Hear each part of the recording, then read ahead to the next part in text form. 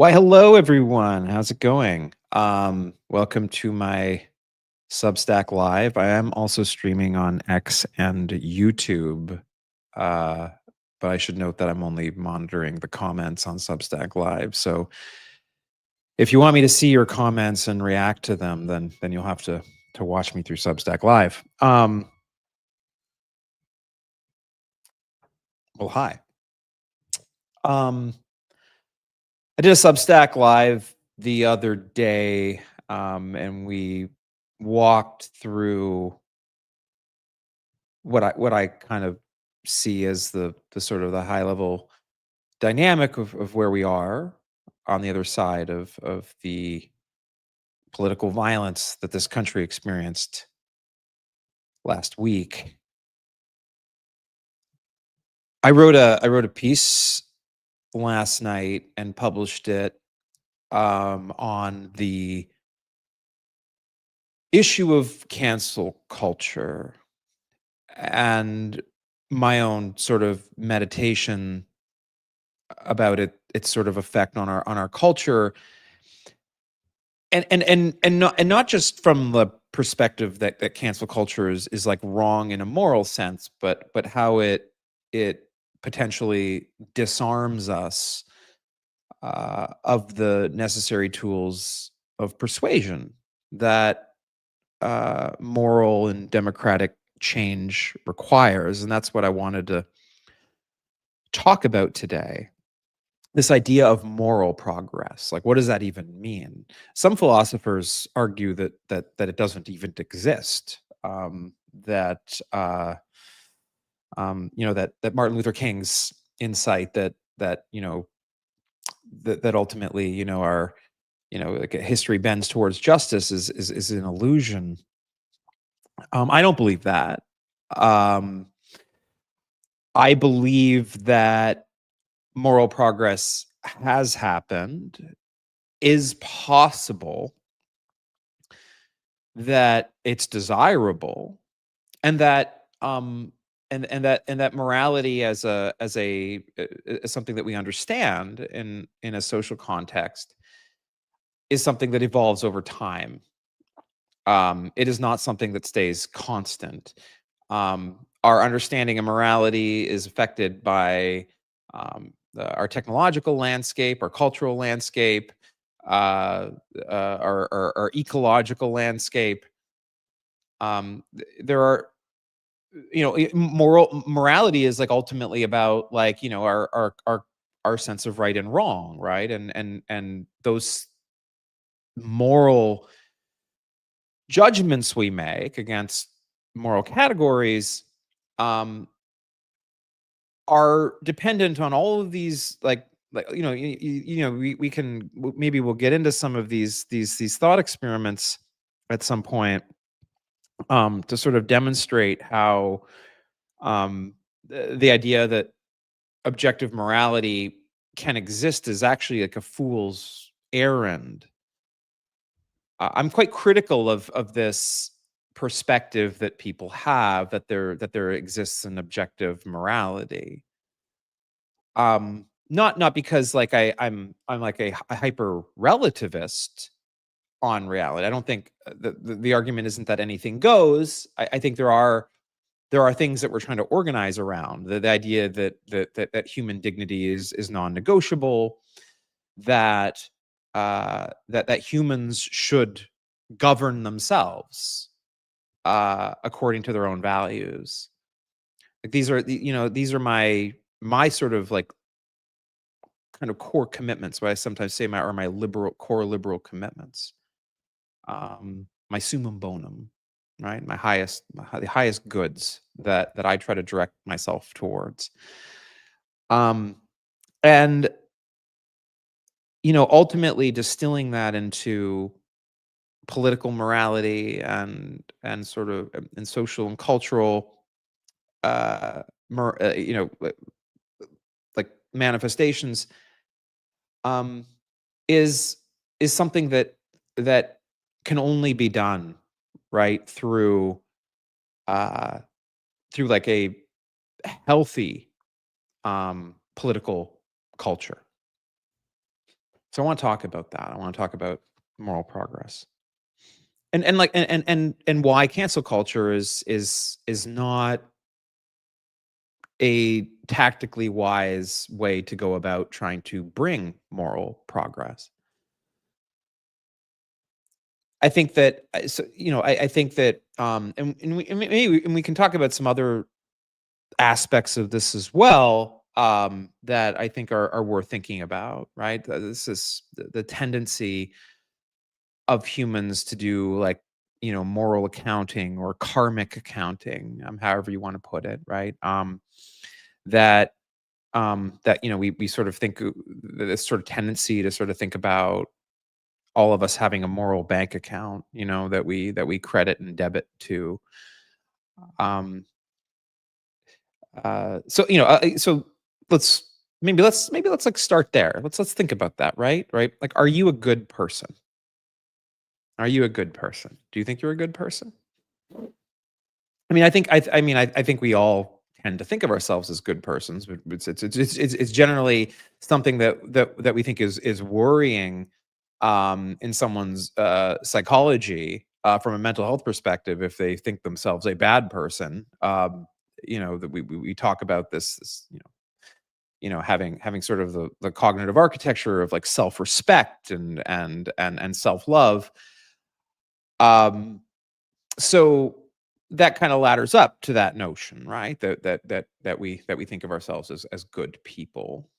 And you should think of yourself as a good person. I think most people are good people, even if they are, deluding themselves in terms of the uh, uh, the way that they go about trying to bring good into the world.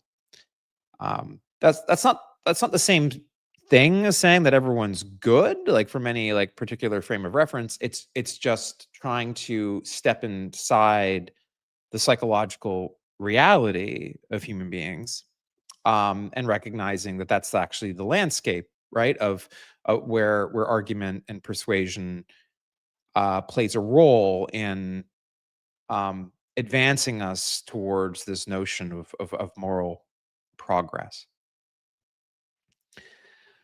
Um, my criticism of cancel culture turns not on my sort of disapprobation for the idea that somebody who expresses a racist, sexist, bigoted view is somehow, like, undeserving of public scorn or social ostracism.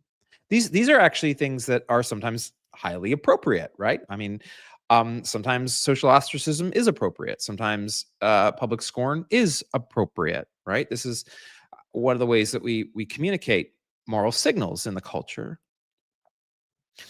But the question then comes is, like, when is it, when to deploy that tool, right?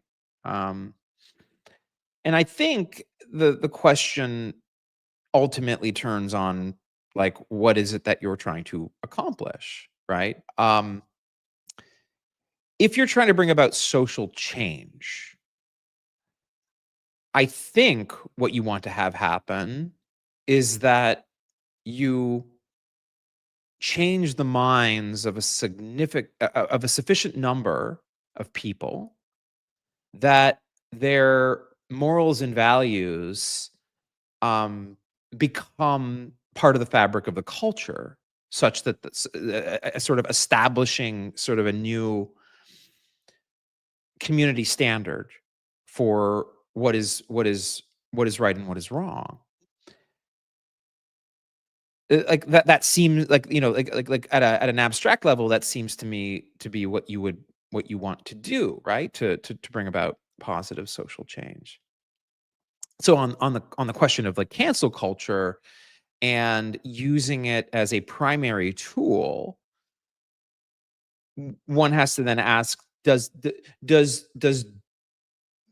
engaging in persuasion through those methods lead to lasting social and cultural change? My argument is no, it doesn't, because it feeds into polarization and oppositional politics. It creates siege mentalities, and reinforces a whole bunch of problematic um, social structures. What pushes people into what epistemologists call like epistemic closure, and or what is sometimes or what might even sometimes be referred to in the social media context as filter bubbles.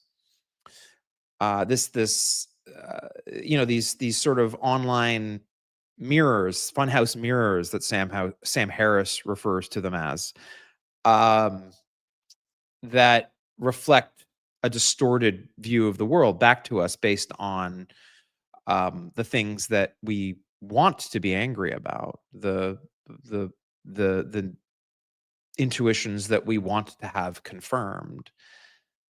This radicalization bubble that we put ourselves into through this toxic social media environment that now dominates our information landscape.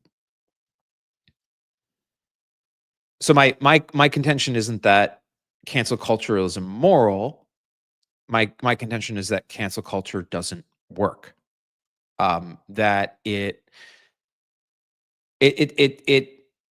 sort of akin to like not exercising, like getting weaker, not working the muscles, um, and then requiring quite a bit of physical exertion when an emergency comes, and not having those capacities available to you. So when an activist, a political activist, um, takes the position that this thing that I'm advocating for is something that I shouldn't even have to be arguing about. I mean, that's like all. That is like in a sense like a very vapid observation, right? Like Martin Luther King ought not had to argue for his own dignity. Like we can all agree with that, right? Yet he did. He did argue for his dignity to be respected. And he did so not just for himself, but um, for all of the oppressed people that he represented. So there's a sort of petulance to that position that I shouldn't have to argue for my rights. Like, okay, like I mean, I, there's a whole bunch of like I shouldn't have to starve. I shouldn't have to fear for my life. I shouldn't have to do all of these things. Yet I might have to protect myself from threats that should not be there, right? This is a petulant. I don't say petulant in a sense to sort of like demean people, or sort of minimize the thrust or the salience of their moral cause, but to impress upon you that from the perspective of sort of just the reality in which we inhibit, like we face unfairness all the time, and there always comes a choice before us, right? Which is like, how do we meet that unfairness? Like it wasn't fair that that Europeans in the early 20th century had to fight back against the Nazis to secure their freedom. There was nothing fair about being invaded by another country, but you have to fight back when that happens, right? So when a political activist takes the position that I shouldn't have to do this, that this is tiring, that like you should educate yourself, or like I don't want to hear the opinions of anybody that don't have that I don't believe occupy a subject position that would give them the necessary insight to understand what I'm saying, and I therefore dismiss them out of hand. This is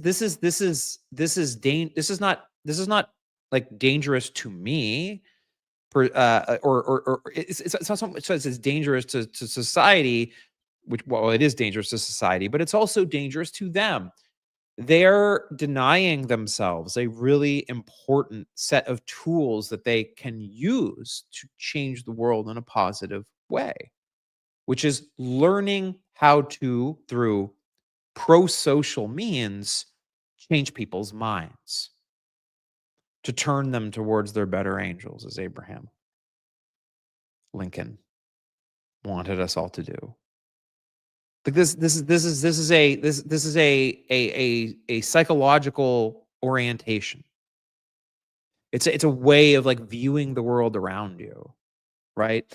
It's a way of switching a mode of thinking, of looking out into the world and saying, who are my potential enemies? And instead asking the question, who are my potential allies?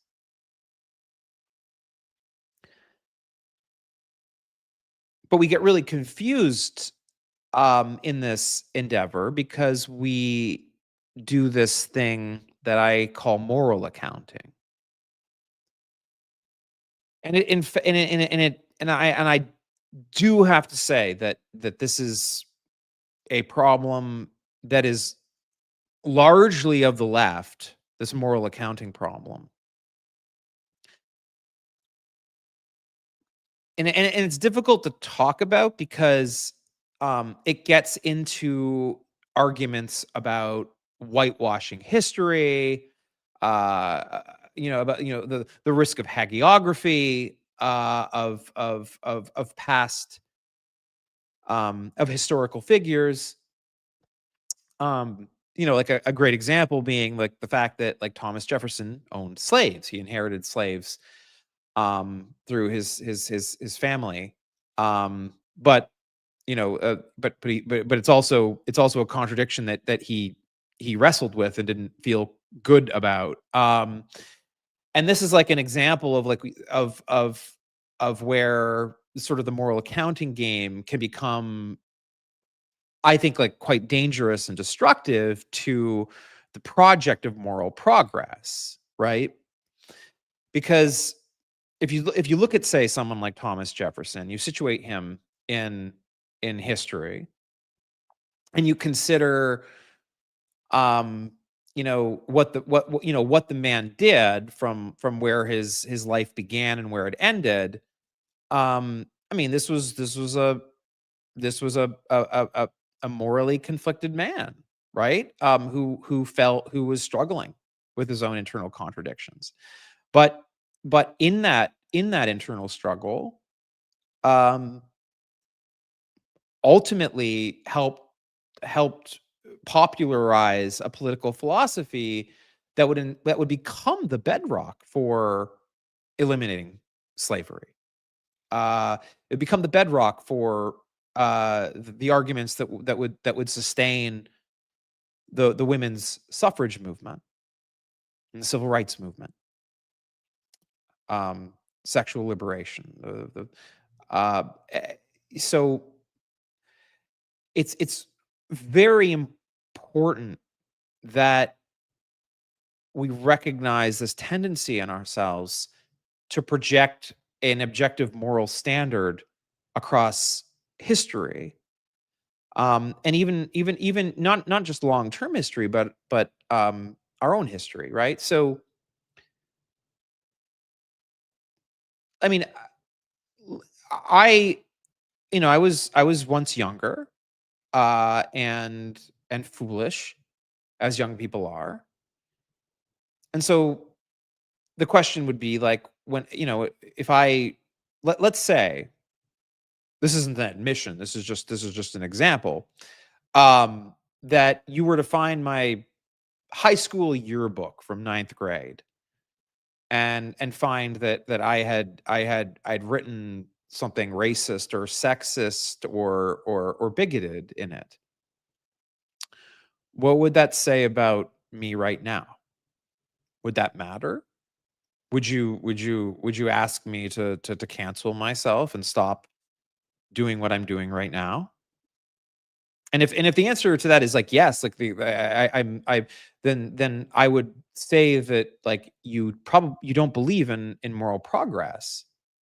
You don't, because like to believe in moral progress is to believe that people can change their minds, that they can become more morally enlightened over time.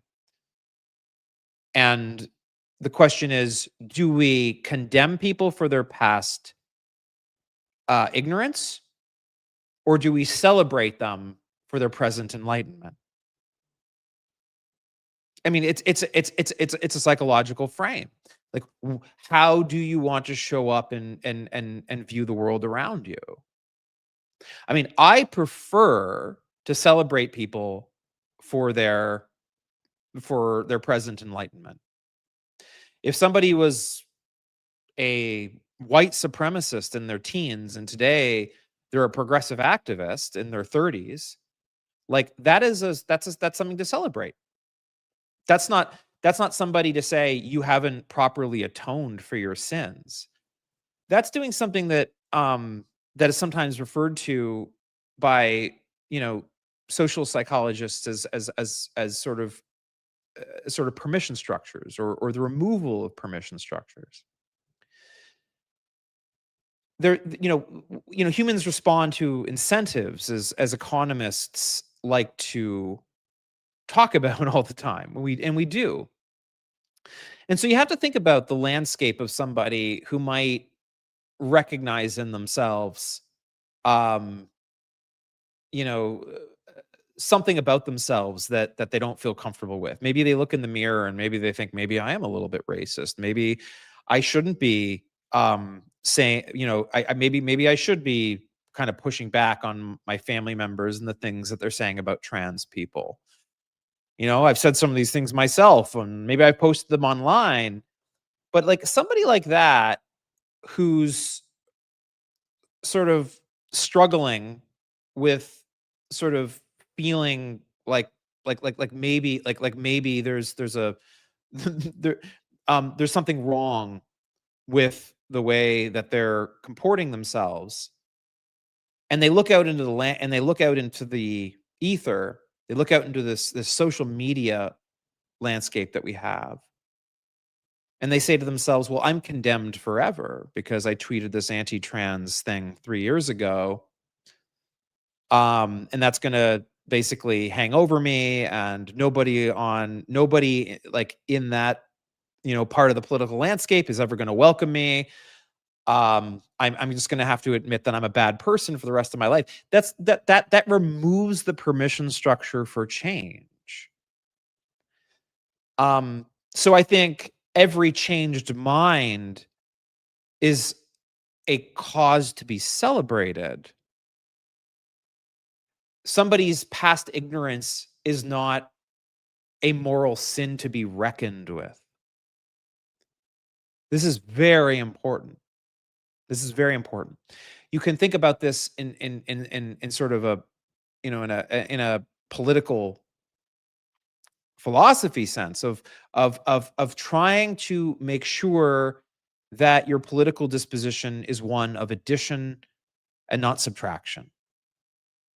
That you have a sense of core values that you want to advance into the world, and positive change that you want to see come about.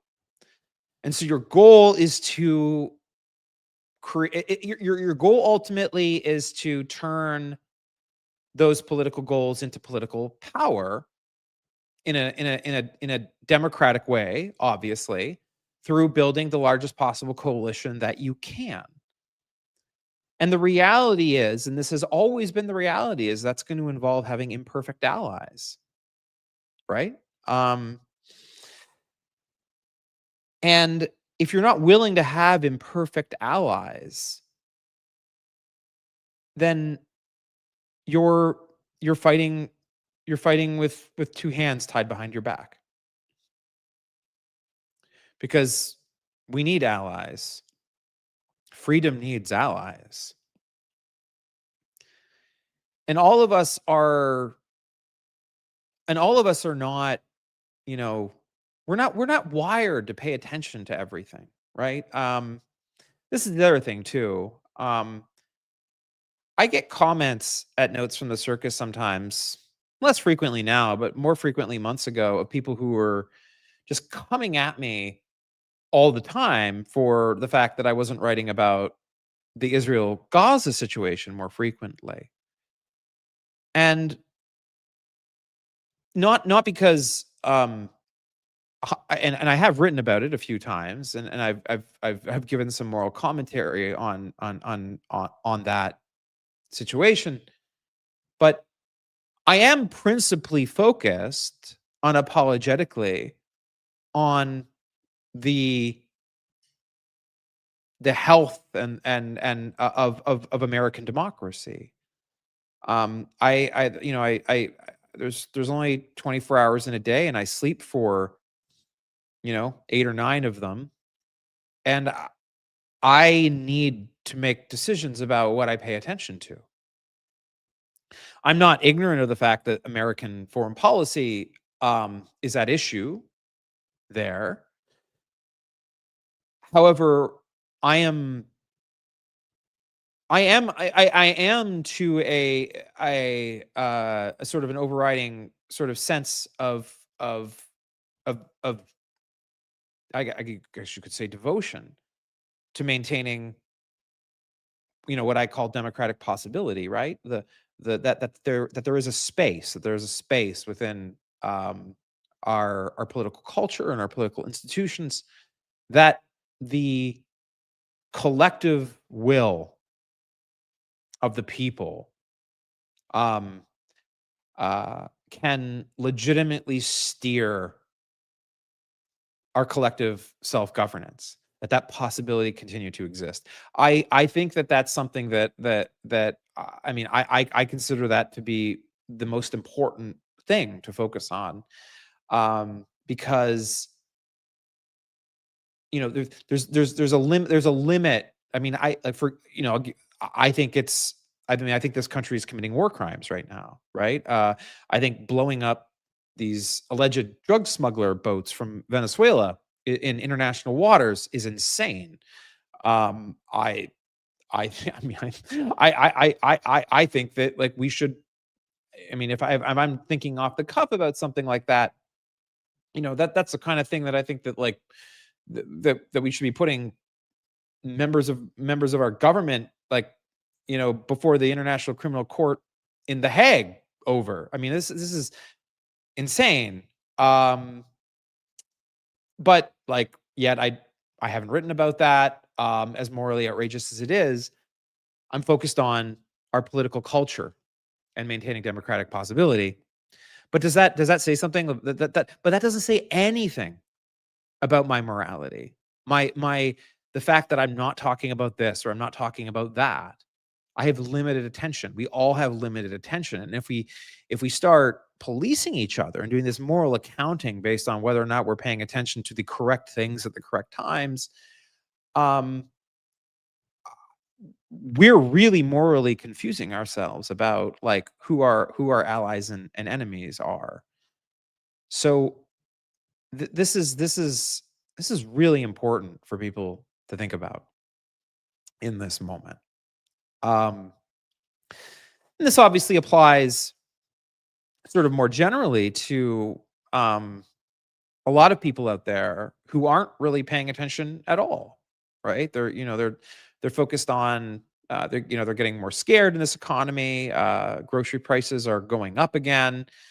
Uh, people have kids, and they need to pay for their kids' food and their school and their health care, and people just don't have the time on their hands to to stay up to date on everything that's going on. And and honestly, like, it's hard to stay up to date with what's going on because the ways in which we now stay up to date with what's going on are so mentally unhealthy for us.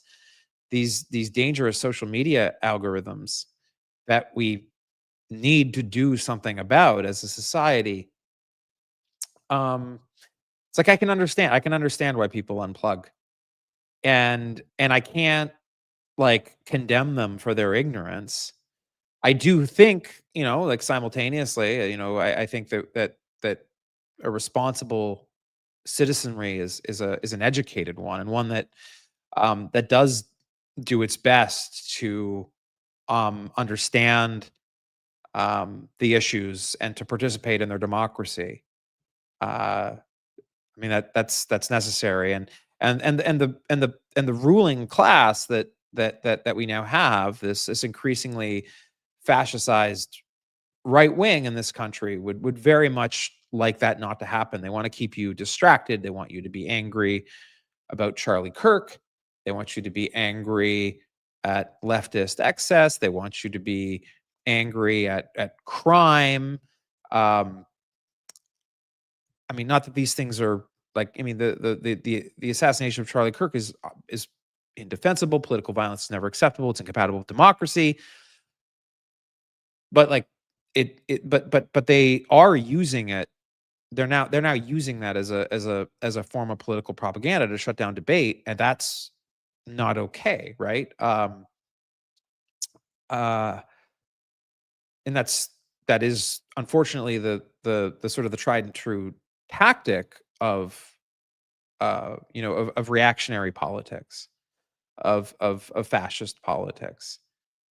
Um, those of you who know history and our political history in particular, and the history of the rise of the Nazi Party in Germany in the late Weimar Republic, will be familiar with the Reichstag fire. The Reichstag being the legislature um, in the Weimar Republic, um, that was allegedly set ablaze by a man who was associated with the Bolsheviks, communists, the movement that led to the revolution in the Soviet Union and in Russia.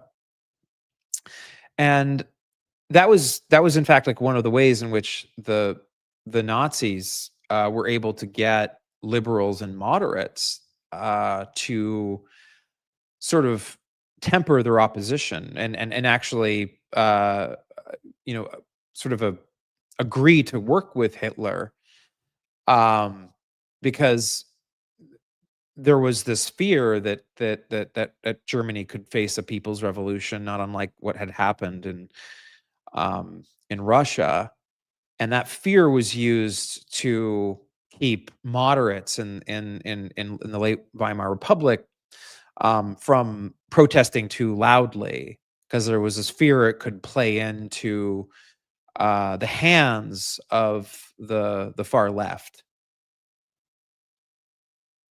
And it does have to be said that this is the same sort of dynamic that we're seeing today, right? I have a lot of centrist friends that say things to me like, "Mike, like I agree with you on Trump, but if Mamdani wins in New York, like both sides are just as bad." Right? It's this I mean this fecklessness, the centrists who are allowing themselves to be confused into this notion that um that there exists this like existential threat on both sides, and that you know I mean the fear generally. I mean, I know some of these people. I mean, like some of these people are, my friends are quite wealthy people in New York City, and you know they're not MAGA people. They're centrists. Uh, but yeah, I mean they're like, look, I mean, they think if Mamdani becomes mayor of New York, they think that becomes sort of the center of the of the Democratic Party, and in their minds, right, that puts you on this path that looks something like Ayn Rand's dystopia of like Atlas Shrugged, where where you know the Mamdani's like government run grocery stores in Manhattan are going to like fail, and that failure will just cause them to like double down more on like destroying capitalism even more, and before they know it, the whole country will be in ashes.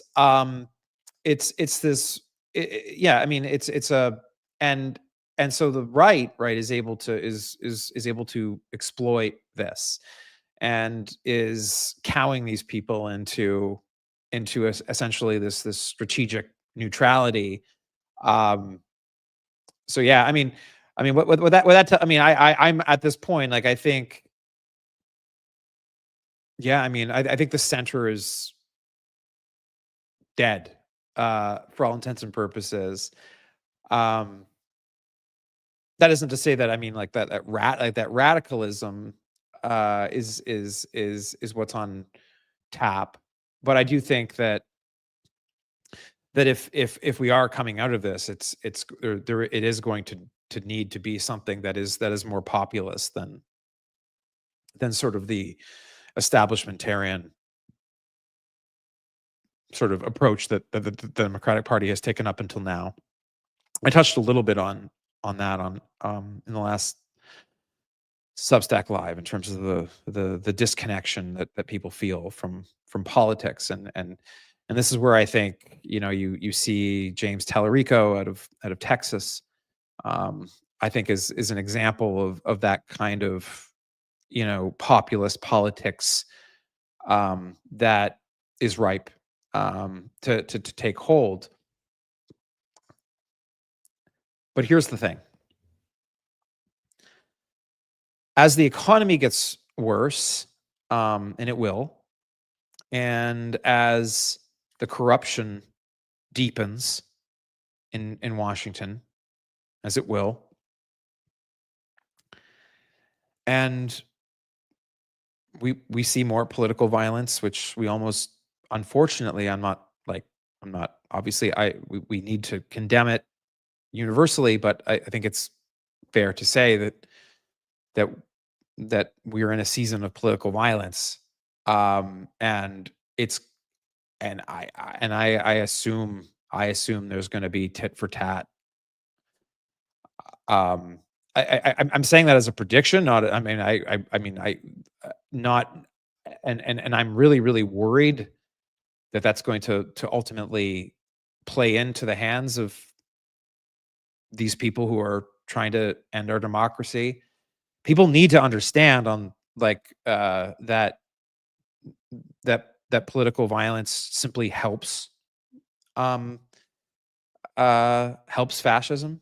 It doesn't, like, that's why the German, that's what the Reichstag fire was. It was the Germans were, the Nazis were exploiting, uh well, I mean, they were exploited they were exploiting political violence, to justify, an end to political opposition.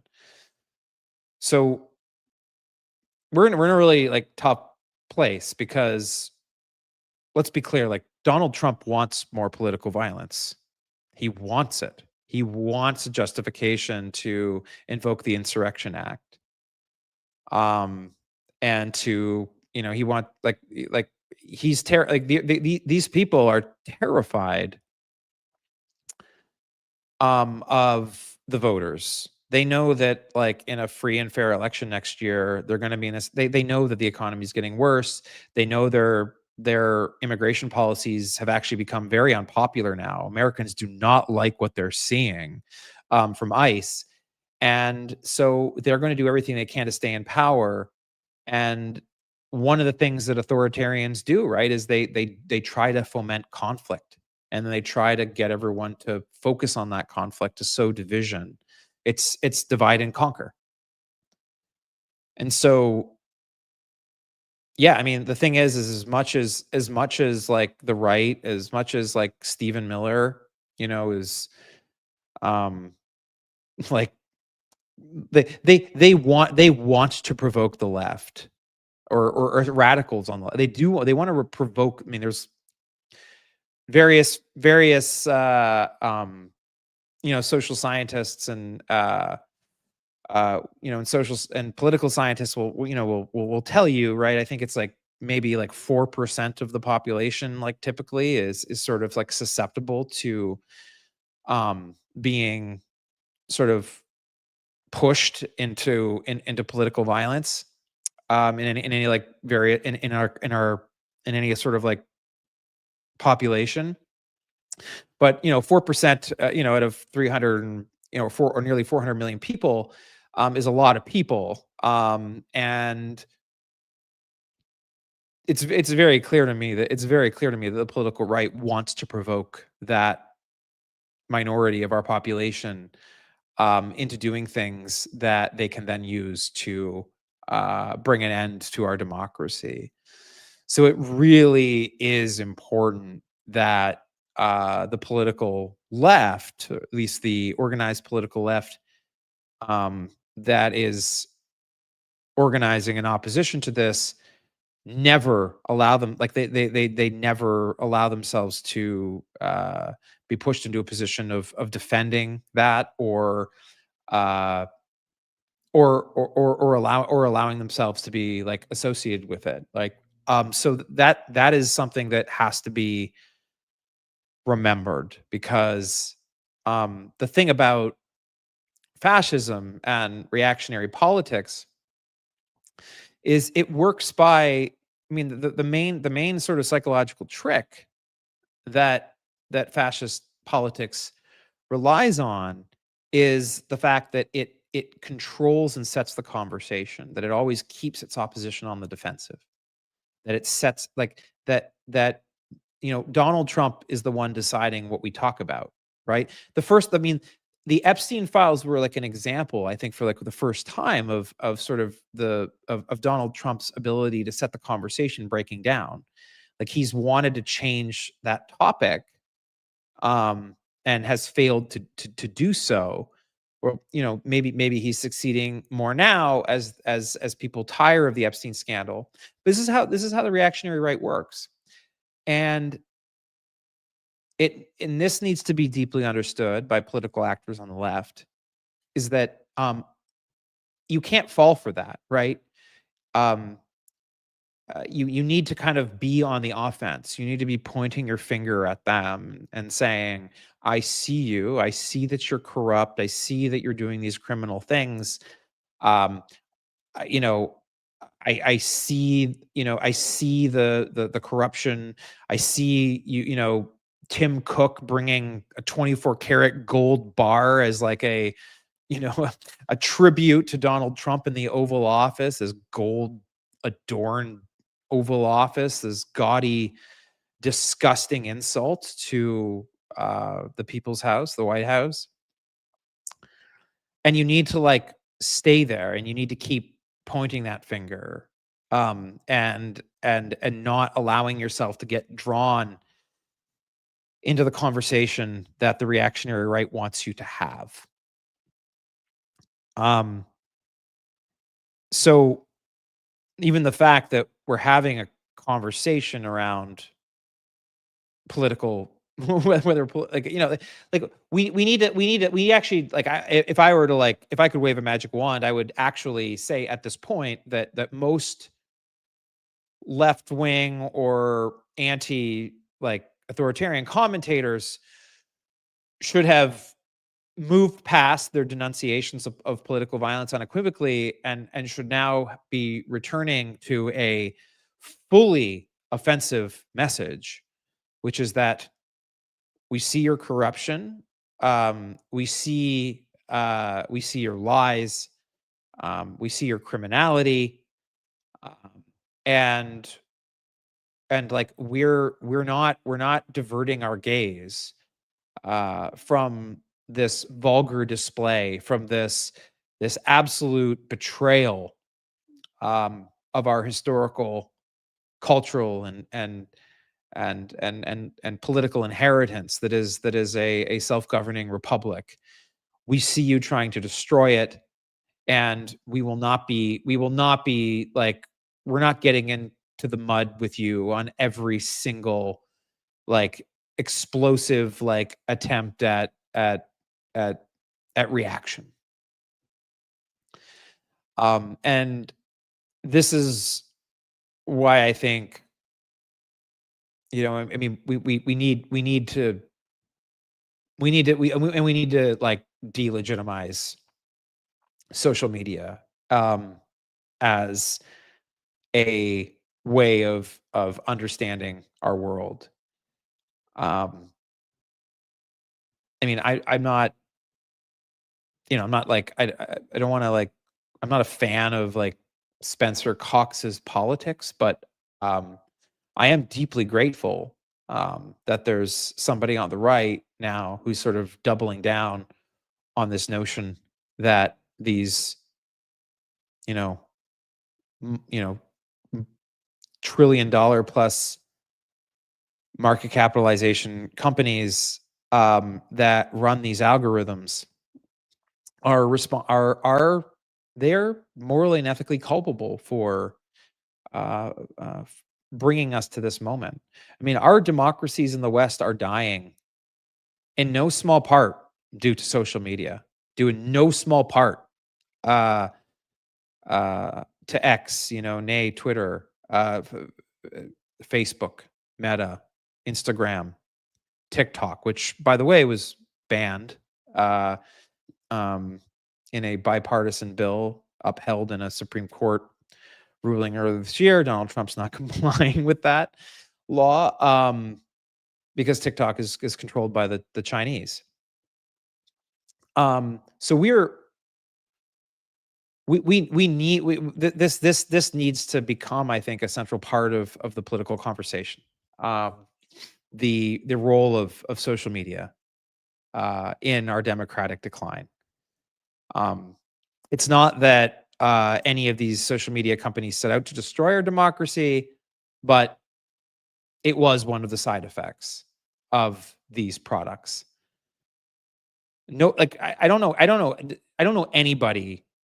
I don't know anybody who has been made happier and that their life feels more fulfilled as a result of social media becoming sort of the main way in which we understand the world around us. Um,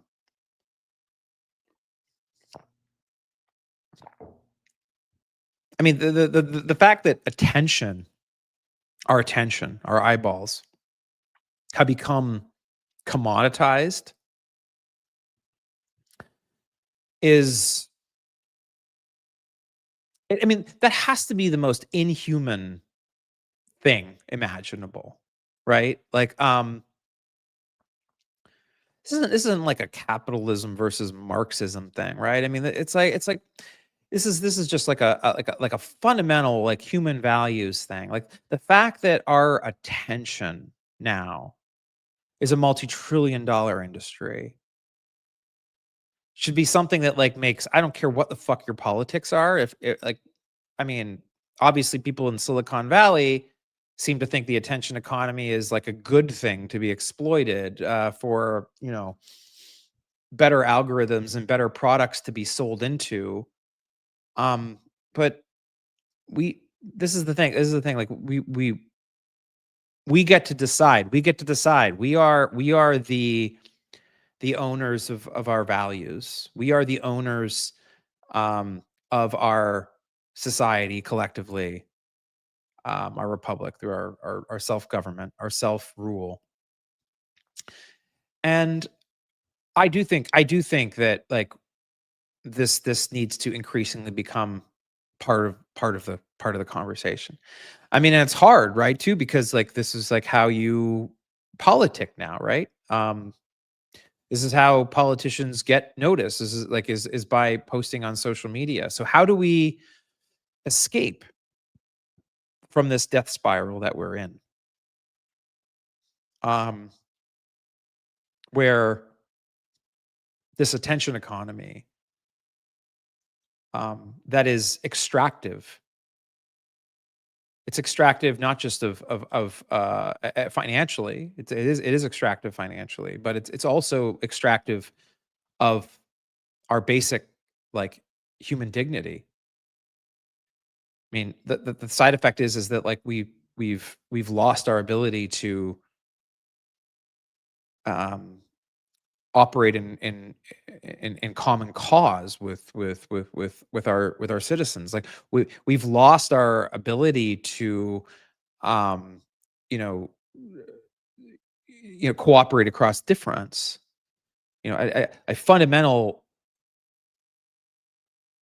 a fundamental thing which is necessary for a healthy democratic polity, for the democratic game to be, you know, participated in with good sportsmanship. That like when you lose an election, you congratulate your opponent and you take lessons from that moment, and you you run again next time, maybe with a better message. Like that's how it's supposed to work. You're supposed to respect the decision of the body politic. We're not there anymore. We're there now where we have a minority of the population that is trying really, really hard to come up with insane legal constitutional theories and political tactics in order to entrench a permanent rule um, of a minority over the majority. That we have a minority in this country that lives inside of an epistemic bubble, that is convinced that it is under siege by uh, liberal, like by liberal culture, that has captured cultural institutions and political institutions and institutions of the government, and that their way of life is about to be destroyed if they don't find a way to entrench permanent power, and to fight back, and to impose sort of their view of sort of what they might characterize as traditional social hierarchies and traditional values back on society, um, at the end of a gun. I mean that is like where we are. Um, I mean, so I mean, one of the things, I mean, one of the things that needs to happen, I think, is we do need to find ways to like to have like if you are like a liberal or a progressive, you do need to find ways to start thinking about um addressing that population in a way that removes that fear. Not that that should be your responsibility, not minimizing the fact that uh, the propaganda apparatus that those people live in, that the epistemic bubble that they live in, um, is brainwashing them. But there will come a time, and I mean, Donald Trump is of advanced age. His health is not good. There will come a time when Donald Trump is no longer part of the picture. Um, that's just that's just nature. Um, and there's going to be opportunities there to try and like speak into that chaos and speak into that vacuum, and get people to realize that um, that losing an election doesn't mean that like it's the end of their way of life. There has to be a way, some counter propaganda that can break through that fear that drives a lot of the radicalism on the right. Um, and this goes back to like what we talked about at the top, right? Which is that if we're going to win, if we're going to succeed at preserving our democracy, preserving our republic, we have to practice the politics of addition and thinking about things that way. None of this minimizes in any way, and I spend a lot of time, giving my own moral analysis on the right, which is harsh, appropriately. But then there's the conversation about politics and political tactics and how to think about that and think about what's effective. And we have to be able to practice the politics of addition if we're going to win. And we must, because, as I said in my piece, uh, we owe it to those who came before us that sacrificed greatly such that we could be here and have our freedoms. And we owe it to our posterity, because I think that we should leave the world better than we found it. So that's the mindset shift that I think the Democratic opposition needs to find its way towards. And I'm happy to see someone like, especially someone like James Tellerico in Texas, is, I think, models and exemplifies that. But we need more. We need 10 more people, 10 more major leaders like that across the country. That's how we win. So anyways, that's my monologue, I guess. I guess I can look to see if there's any questions or comments that I can respond to. Let's see what people have said.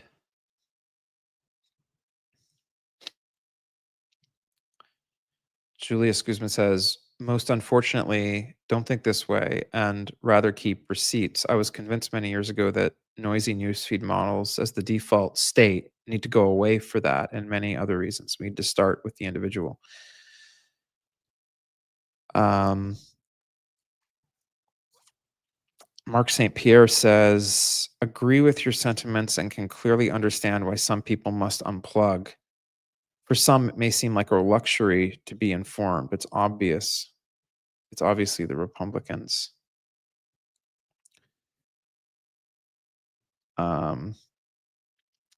What else have people said?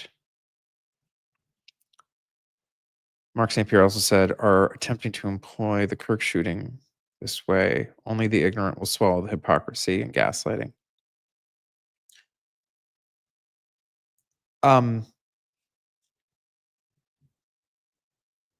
mean, it remains to be seen what the effect of the Kirk shooting is going to have. I mean, it seems like it feels like a significant inflection point. I don't like I'm actually kind of a little bit more hopeful than I was like a few days ago, even though I'm really, really worried about sort of the sort of increasing cultural political violence. That it does seem like I don't like it. It does. I don't think that it's having the effect that a lot on the radical right think it's having. Like, I think I've seen some commentators on the right kind of feel like this is sort of that the Kirk shooting is driving a lot of moderates into the Trump camp. I don't think that's really happening. Although I am worried about that. American Perk Walk says, how do we counter the fire hose of disinformation coming from the right?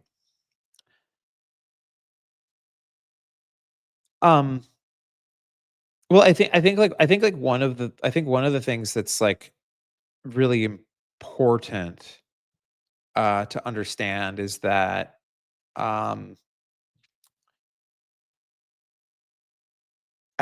like many people, a lot of people, in fact, maybe like the most important segment of people in American society today are actually not that plugged in at all. That there are people who are not politically activated. That there's a group of Americans that make up a lot of them registered as independents, and they're the kinds of people that like really don't pay attention to politics outside of election season. There's a kind of a group of people that really just kind of like tune politics out, and then like maybe like in the 3 months before November in an election year, they start paying a little bit more attention to try and figure out who they should vote for. That's actually like where all of the real opportunity exists. So like allowing yourself to sort of think about like how do you break through to these hyper political engaged people who are on X every day, or on Truth Social every day, and like politics is their whole life. It's their identity. They have like, they drive pickup trucks around with Trump flags on them. Like these people are just like, I mean, these are not, they're not, you shouldn't consider these people persuadable. You should also take solace in the fact that they don't like represent like, you know, a sufficiently large percentage of the population that like you need to be able to persuade them. There's a lot of people out there, and you see this, and Trump kind of demonstrated this in 2016 and 2020, right? And Bernie Sanders demonstrates this as well. There are a group of people out there that will come out and vote if a populist is on the ballot. That somebody who seems to sort of like be speaking for them rather than sort of defending the status quo. There's a group of people who will activate. There's I watched a video on the channel like More Perfect Union recently where Bernie Sanders like went into West Virginia, and it's kind of interesting. Like a lot of MAGA rural people love Bernie Sanders. There's a lot of Trump voters in rural America that said if it was Trump versus Bernie, they'd switch to Bernie, but they would never vote for Kamala Harris. They would never vote for, and I think that a lot of people, I think that the Democratic Party, like establishment, like just simply is not paying close enough attention to like why that is. A lot of like rural voters, simply like they simply just do not trust this like political elite that they feel speaks down to them, that tells them to trust the experts, that it's like basically just like says like trust us to take care of this. And I think this is where I think a lot of centrists are going to have to you know navel gaze a little bit and realize that there are people out there, there are a lot of MAGA voters out there that would vote for a populist left candidate if they were on the ballot. And that's something that Steve Bannon understands. Steve Bannon, as evil as I think his politics is, I think he understands this dynamic perfectly. And because like the reality is that like Trump, like guys, like Trump won a majority of the poor vote. Like I think there was like a poll that showed 57% of people on Medicaid. This is poor people who can't afford their own health, like, health insurance. And so they get it from the government because they're, they qualify because because of their income level. Nearly 60% of those people voted for Donald Trump.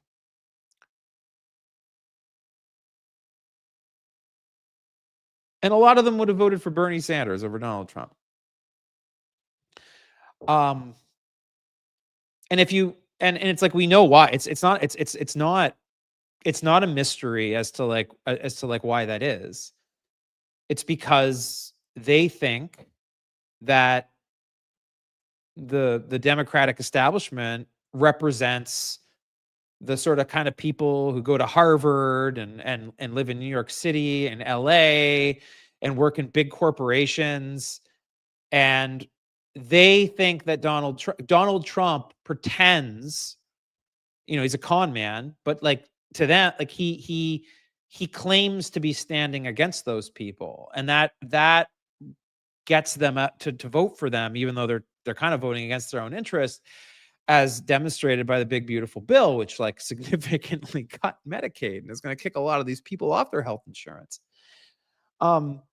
So that's something that, I mean, this is the opportunity. Like that's how Democrats can win in a landslide, is if they can thread that needle. um, if they can reach those people with a candidate who um, they perceive as standing against that same group of people while holding enough of the center. Uh, and that's different. I mean, like we talked earlier about how, I know have some centrist friends in New York who are very anti-Trump, but like, you know, are flirting with the idea that like Trump might be the lesser evil if Mamdani becomes mayor. And so there is, but I do think that there's more potential um, to activate the working class in greater numbers than that group of people to be lost. And a lot of those people might just like make peace with fascism because, they're concerned with being able to afford their next yacht. And I mean, that is what it is. So that's the opportunity as far as I'm concerned. So I think that's gonna be it for me today. I mean, we went for an hour. Um, Talked about some stuff. I'll try to do more of these. I got really really bad. I think I was doing them pretty regularly, like like months ago, and then I kind of went on a Substack live sabbatical.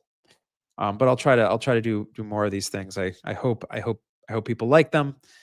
And want everyone to know that that there's always hope, right? And that fear is the enemy. So stay brave.